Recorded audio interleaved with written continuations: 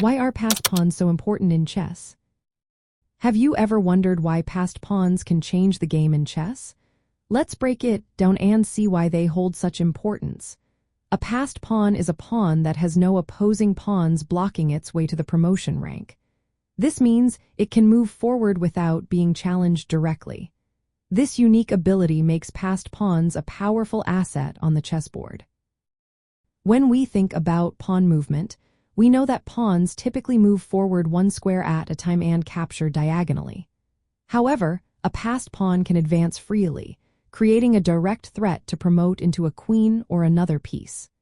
This potential for promotion can significantly shift the balance of the game in favor of the player with the passed pawn. The significance of passed pawns becomes even clearer in the endgame. With fewer pieces on the board, the threat of a pawn promoting can be a game changer. The opponent must divert their pieces to stop the passed pawn, which can limit their overall activity.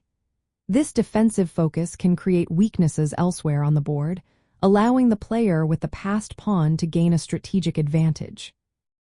Creating a passed pawn often involves having more pawns on one side of the board than the opponent. This is known as a pawn majority.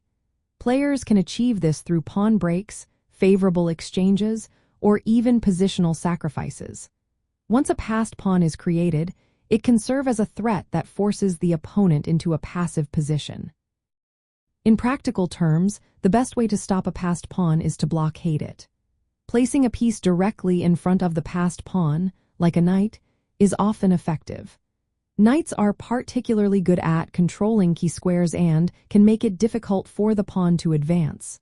However, maintaining that blockade can be tricky and requires careful maneuvering. To sum it up, passed pawns are important because they can promote into a queen or another piece, forcing the opponent to defend and limiting their activity. They can be created through strategic play and are especially powerful in the endgame. Understanding how to create, support, and convert passed pawns is essential for any chess player looking to improve their game.